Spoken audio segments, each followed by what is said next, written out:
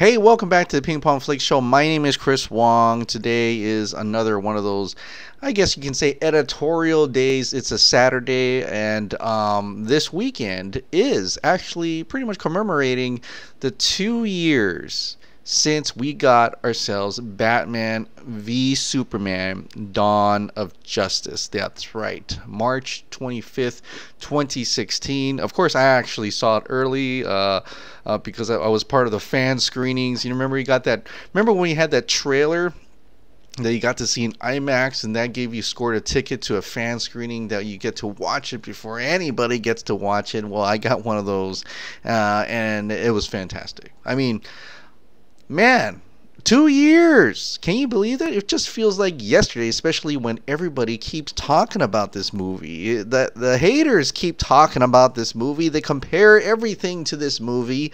They still joke about Martha. They still joke about that. And I know you get maybe a lot of you are mad at that. I've gone past being mad at it. I think it's great that it's still in the public eye in some form or the other. It has spun such an incredible a new generation of thinking, a new generation of movies, in fact, and I'll go into that, and a generation of change in this matter. So, Batman v Superman, and you can go. I have my review of Batman v Superman. I have my review of the Ultimate Edition, and I've talked about it at length, and I know you've all talked about it at length.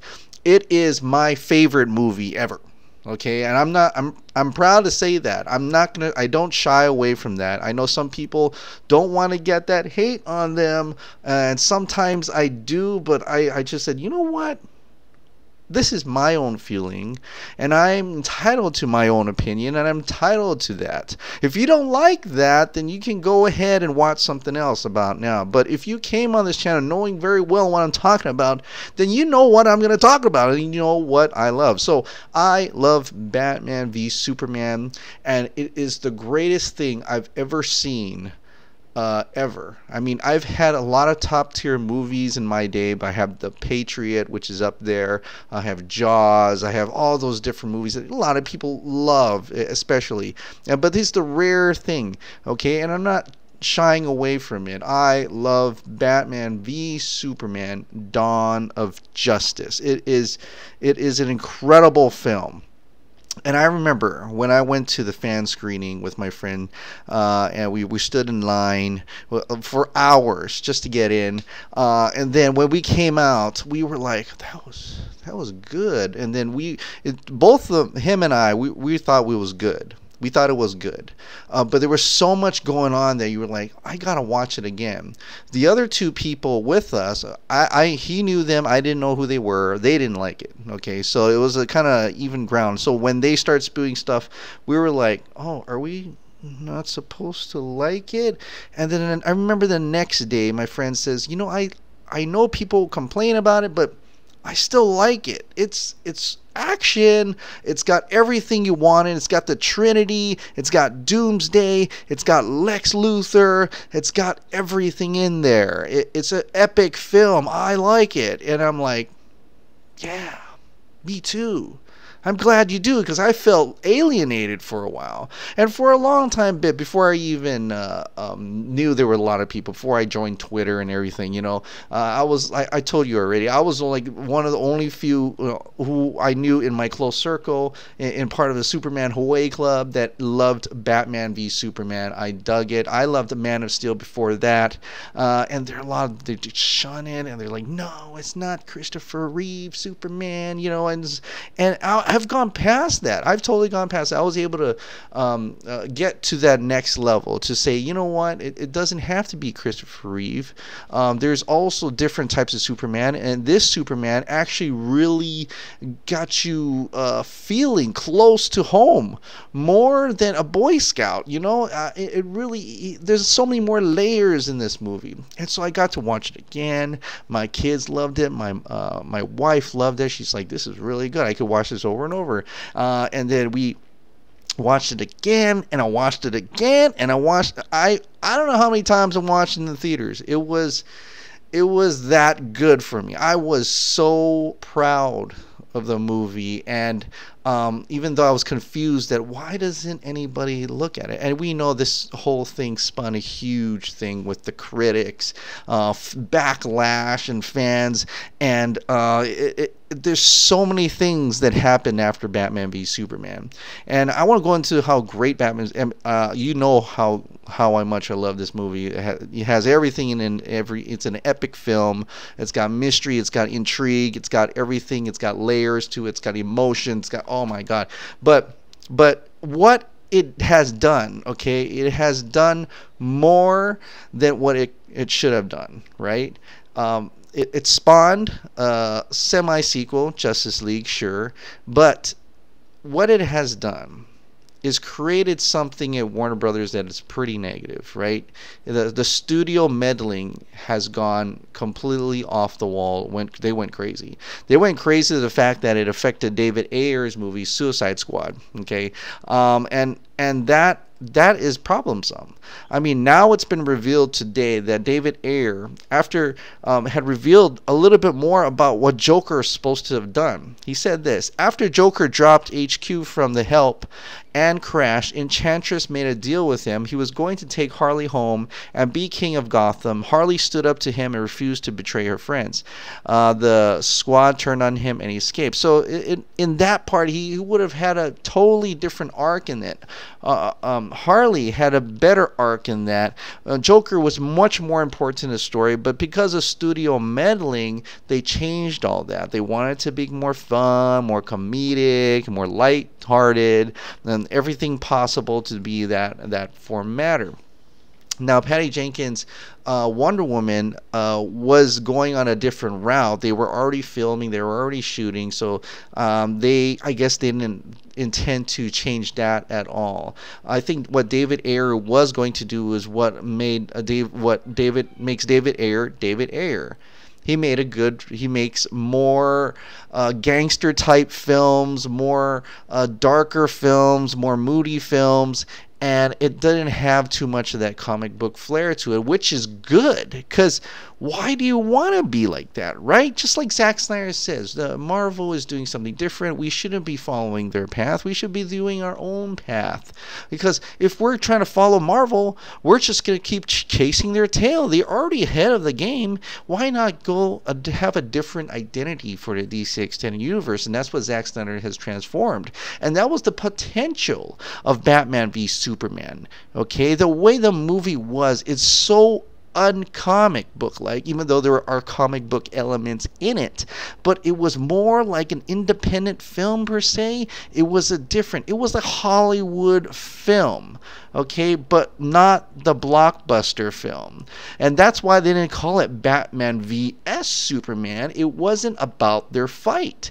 It was about the clashing of what their thoughts are, their ideologies are. It's the clashing. It didn't have to come into a big brawl. It was more of the line of how each other thinks. One hates the other because he feels that Superman is an alien from another planet. Why should we trust a guy that is all powerful but maybe not all good? Same as Lex Luthor. You know, I could go in all details and it'd take forever for that. But let me pull myself back a little, because I just can't stop talking about it.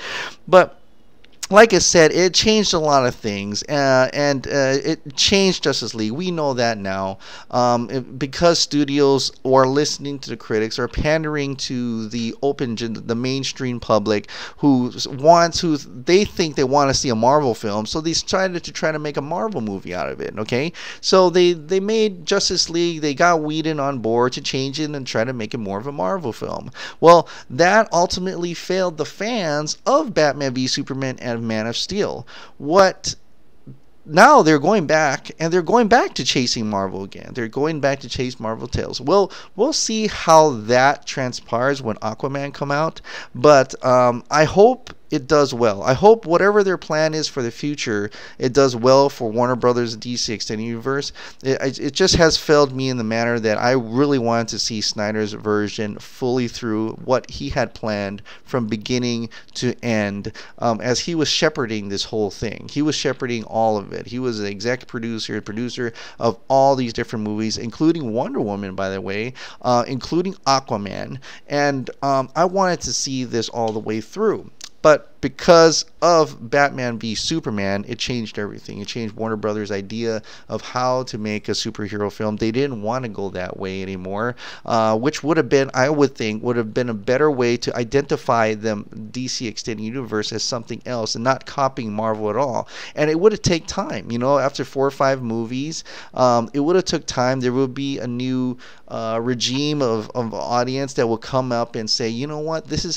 what DC Extended Universe is. I understand it now. It's not Marvel. So when we see that DC Films logo, we know what we're expecting. We're not expecting a Marvel movie. And that's fine, because Marvel can have their cake and eat it too. Fox movies can have their cake and eat it too. Why not the DC Extended Universe? They just had to find their footing. They just had to trust in their own directors. Now, I don't know if Batman v Superman Ultimate Edition would have done better in the theaters if that was released other than Batman v Superman.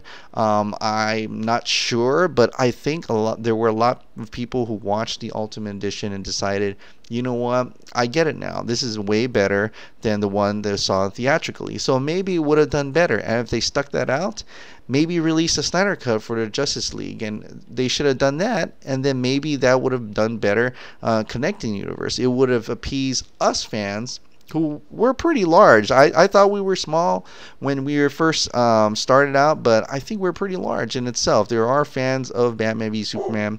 There are fans of Man of Steel. And I think Warner Brothers should appease them. He should appease us.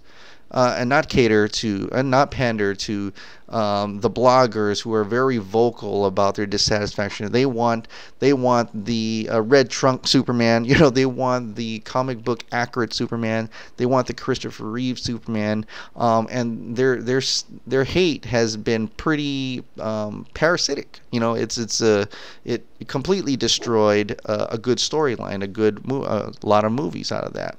But Batman v Superman, whatever Zack Snyder has done, has created a new universe in itself, even though maybe the stories won't be connected anyway.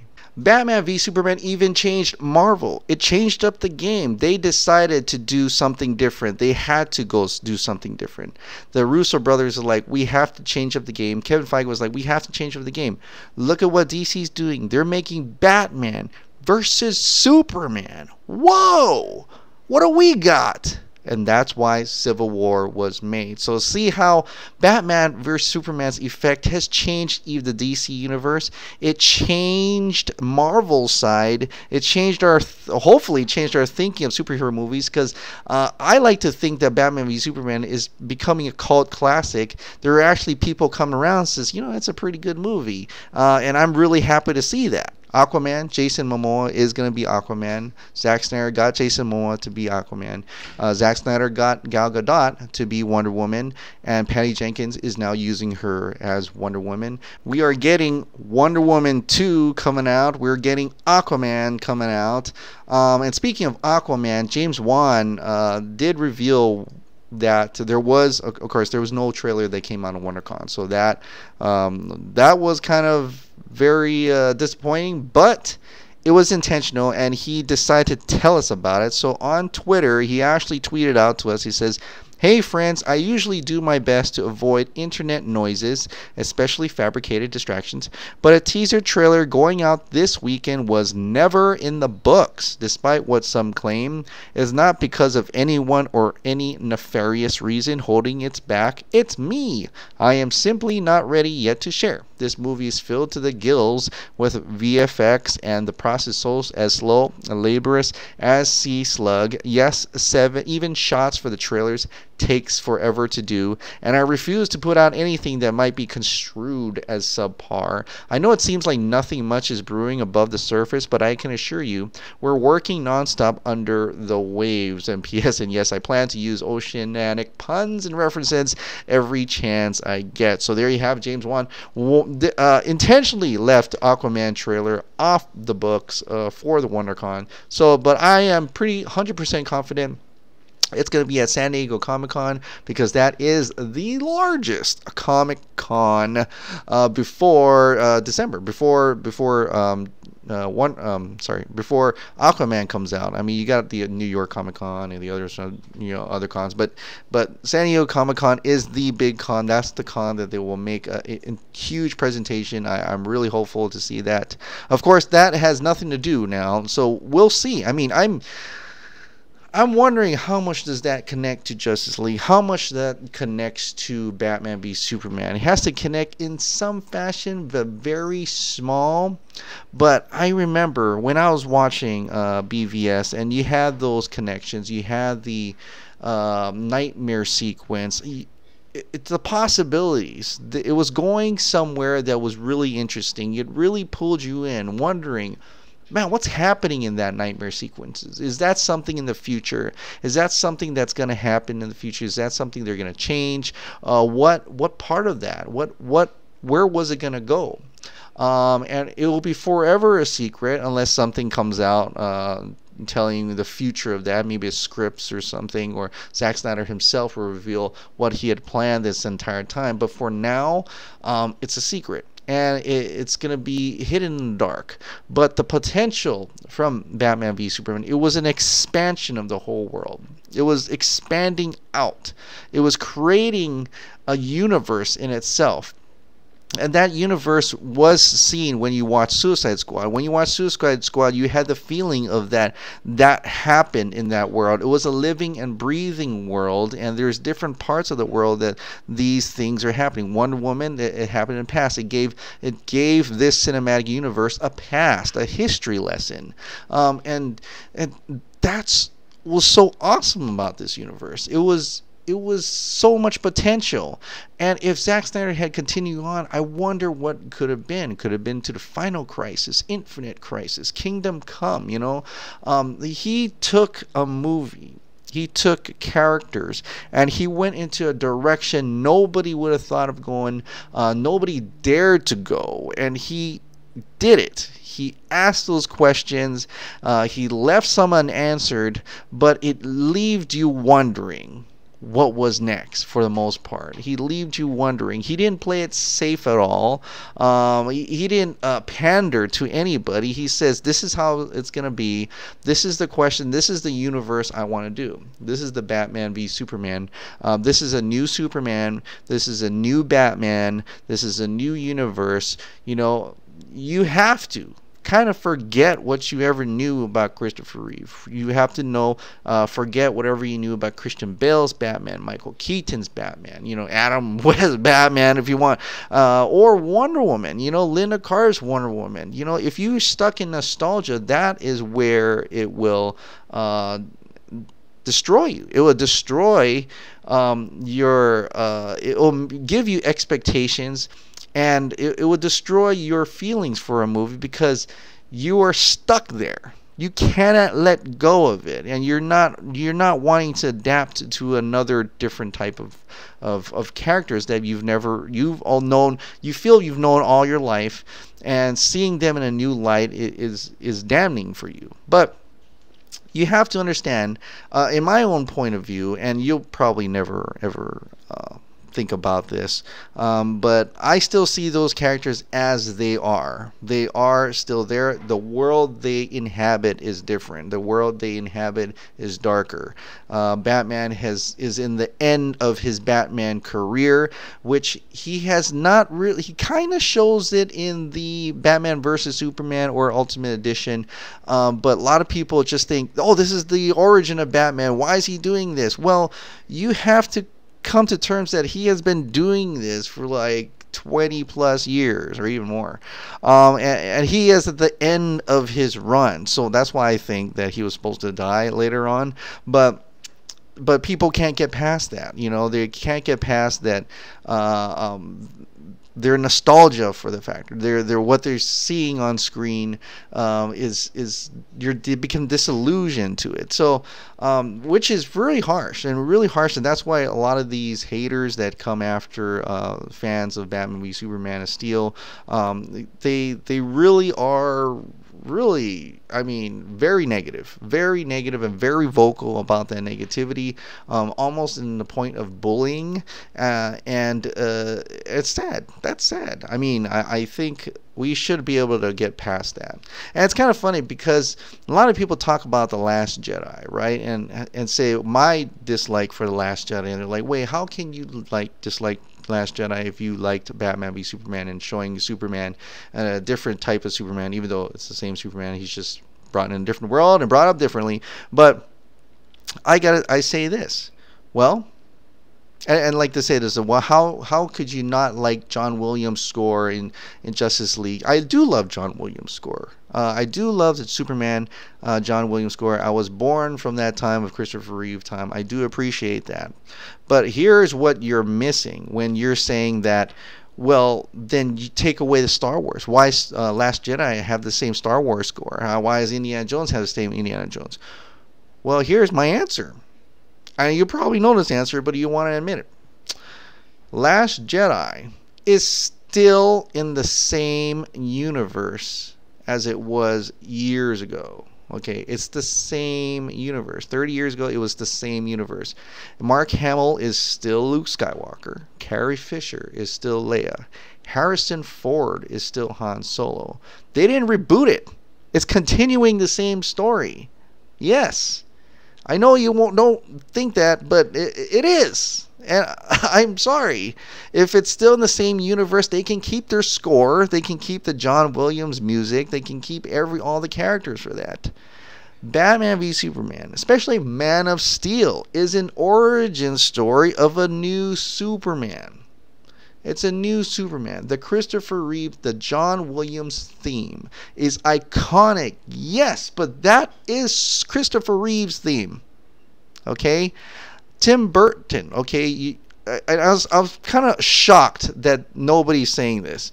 That when Christian Bale's Batman came out, they didn't use the Tim Burton's theme. And after the Batman Begins, Dark Knight, nobody's really complaining about, oh, it should have had Tim Burton's theme. That's Tim Burton's theme's the theme. If you're that egocentric like Tim Burton right now, then I'm sorry, I can't help you. I can't argue with you anymore because you're not getting it. Like, it's Hans Zimmer had a theme for the Dark Knight trilogy because Christian Bale, that's Christian Bale's Batman. Tim Burton has a theme because that's Michael Keaton's Batman. Okay, that's that Batman. This Bruce Wayne, Ben Affleck's Bruce Wayne, is a different Batman from that Batman. It's not continuing a story.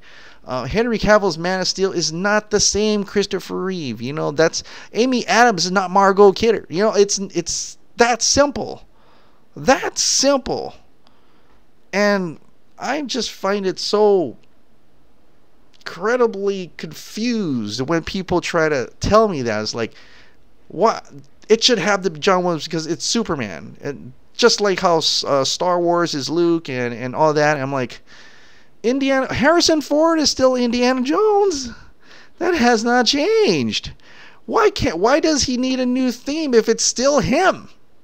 Why does Mark Hamill, I don't know. But that's just me, maybe a lot of people as well. But that's why I don't think the John Williams theme should be even anywhere near this at this point. But in the direction they're going with, okay, and I feel like I've talked about this in the other video very at length, is that they're trying to make a new theme. They're trying to bring back the John Williams score and everything like that. And I'm like, well, you gotta just update it, modernize it, mix it in. You know, if you're going to do that, mix it in, modernize it, update it. I don't think you should. I don't think you have to, unless you're really bringing back the same Richard Donner Superman. That's why Superman Returns had that John Williams theme score, even though it wasn't made by John Williams, by some, I forgot who it was. But that one was because that was a continuation. That was essentially Superman 3, when they're like counteracting what Superman 3 was. That was supposed to be Superman 3, right? Superman 3 never happened. Superman 4 never happened, all right? So Superman 2 was the sequel. We had Zod, and the Superman 3 was Superman Returns. That's what Bryan Singer has tried to do. Ultimately, it didn't work out. It was boring, and a lot of people didn't go back and watch the movie. It made a very, very low. It's lower than Justice League. It's lower than any other movie. You know, it's low. The box office, that was terrible. But and so that's why Man of Steel was made, and Man of Steel was pretty successful. But anyway, this is whole. That is why Batman v Superman is so special. I forgot what I was talking about. I'm going off and on, and I'm glad this is like more of an editorial in any case. But it's so special because it did something different. It made big moves. It combined a lot of different comic books within it, and it was a crescendo effect, and it changed my life forever. I mean, it started me on YouTube. Okay, I had to thank for it because I was so passionate about it that I had to talk about it. I want someone to listen about it. And so that's why I got on a mic and made that first video. And now I'm talking every single day, almost every single day, on YouTube. So I have that to thank for. And I can't believe it's been 2 years. 2 years. And it's not going to stop. So I'm very intrigued still yet to see what DC Extended Universe is going to do, or whatever they're going to call it. You know, it could be just DC films, and they're just going to make DC movies that are not really interconnected to each other. But I don't know. Let's see what happens. But I have everything to be thankful for to Zack Snyder's vision. I hope one day we can actually see what it was supposed to have been. Maybe even Ayer's cut, what Ayer intended to do at the beginning. You know, all these different cuts. I hope it doesn't take 20 years like Superman 2. But hopefully real soon. So anyway, what do you guys think? Are you guys watching Batman v Superman this weekend to commemorate the 2-year anniversary? What do you guys think about James Wan talking about Aquaman, how he intended to not have a trailer, he's not ready for it? Suicide Squad, man, I think it would have been a killer Suicide Squad if Joker was part of the final battle in some case like that. That would have been real sweet. All right, guys. Well, thank you so much for subscribing. Thank you so much for watching. I hope you have a wonderful weekend. Tomorrow, I'm going to do the Pacific Rim Uprising movie review after I get to watch it with my kids. All right, guys. Thank you so much.